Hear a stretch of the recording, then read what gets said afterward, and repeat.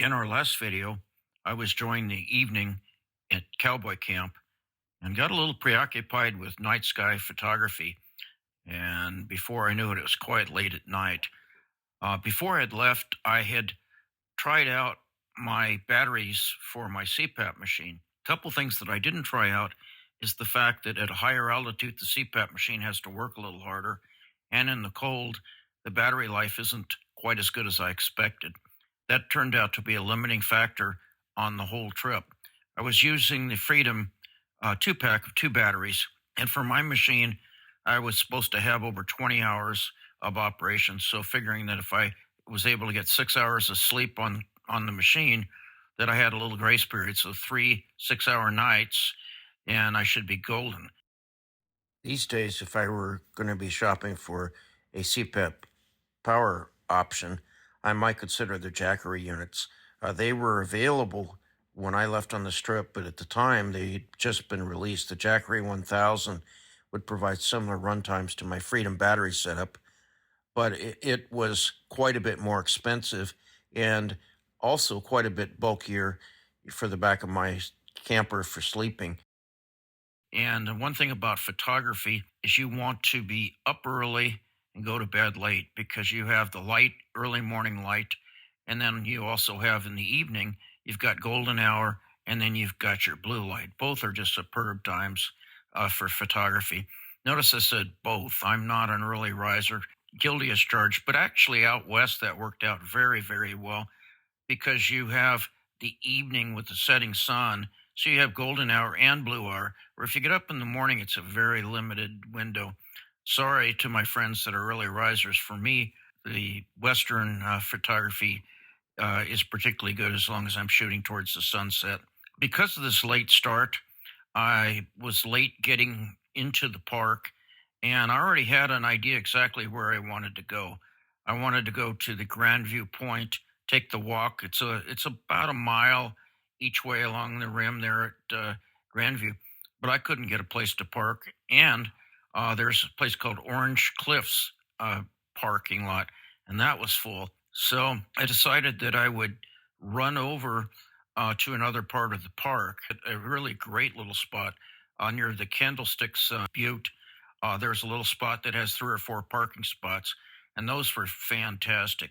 Eventually, I was able in that same direction to come back and work towards a Peeble Dome portion of the park. One thing I didn't even try to do was go to Mesa Arch. To be able to get a position as a photographer in Mesa Arch, you need to be there an hour before sunrise, and that wasn't happening. It didn't happen on any of these days that I was in the Canyonlands or Arches area. I do want to mention something. I have friends that are very, very disciplined when they want to visit National Park facility. They will be up right as the opening hours go on. That's 7 a.m. Pacific time, and I'm using them as a reference because they live on the West Coast. They're both on their computers. They have a list of which parks they want to go to when, and 6 months from the time they want to visit the park, they will immediately get in, and they'll be refreshing their screens until the reservations go live, and they're able to get in and book their parks. I also want to mention that in Arches, when I got to Arches, I was able to get into the park before the 7 a.m. without a reservation. However, I could only go to the visitor center because the rest of the roads were closed till 8 a.m. Due to the fact that they were doing construction. And then I had to leave by 5 p.m. during the time that I was there. As I said in the beginning of this video, I decided to leave the Grand Viewpoint area because it was completely full. And I started to make my way to the Upheaval Dome Overlooks Trail, and that's just completely in the opposite direction. In fact, there's a fork in the roads there in the trail, and that's on the west side of the park. But I was so glad I did it. Made my way to Upheaval Dome. I actually made both parts of that hike. The second part of that hike was a fairly vigorous scramble, and it's kind of on what we call slip rock. I was using trekking poles. That helped a lot. And the Nikon stayed in the car because I kind of knew what I was getting into, so I only brought along the Canon. Later on, I backtracked and was able to get photos of the Buck Canyon overlook, also the Green River overlook, the Grandview overlook. But in the middle of the day, when the light was extremely flat, I went over back to the Island in the Sky area and started down the Shafer Trail area. I wanted to mention something about the fragility of the soil and the landscape around Canyonlands. When I was pursuing photography, I tried to stay on the trails, and I have a photograph here showing how fragile the sand and erosion situation is in arches as well as in Canyonlands. You really want to stay on the beaten path just to protect the environment. You can cause a rapid erosion as well as bring in invasive species by going off the trails. For me, one of the challenges in making a video is if you shoot thousands of photos, what are the best photos to tell the story? So I'm going to share some of my photos that I captured. I like to shoot panoramas. They show a full scene if I can. Most of the photos that I'm showing you were panoramas, many photos stitched together. I want to mention that in this series of photos, I do have Grand Mesa.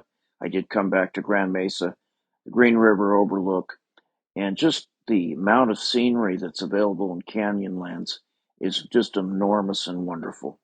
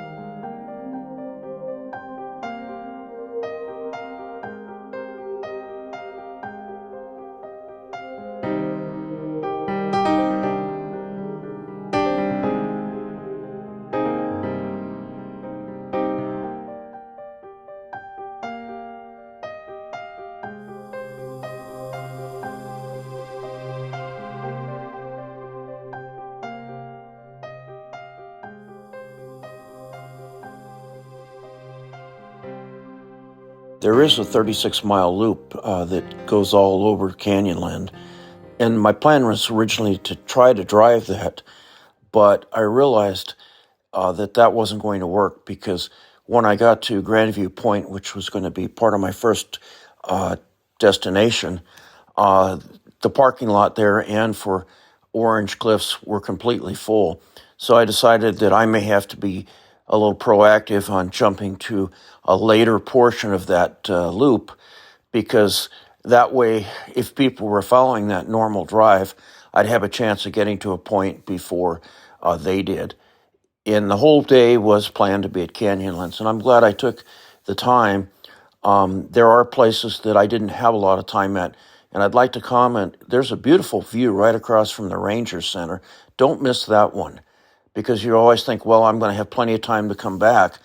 I would suggest if you see something that's really beautiful, enjoy it, savor it, and then just coming back to the park at a future plan. That's what we're going to do. Just really love Canyonlands. I was so excited to be there, and I just didn't realize how popular Canyonlands would be. Even in the first week of May, I thought I was going to beat the summer crowds.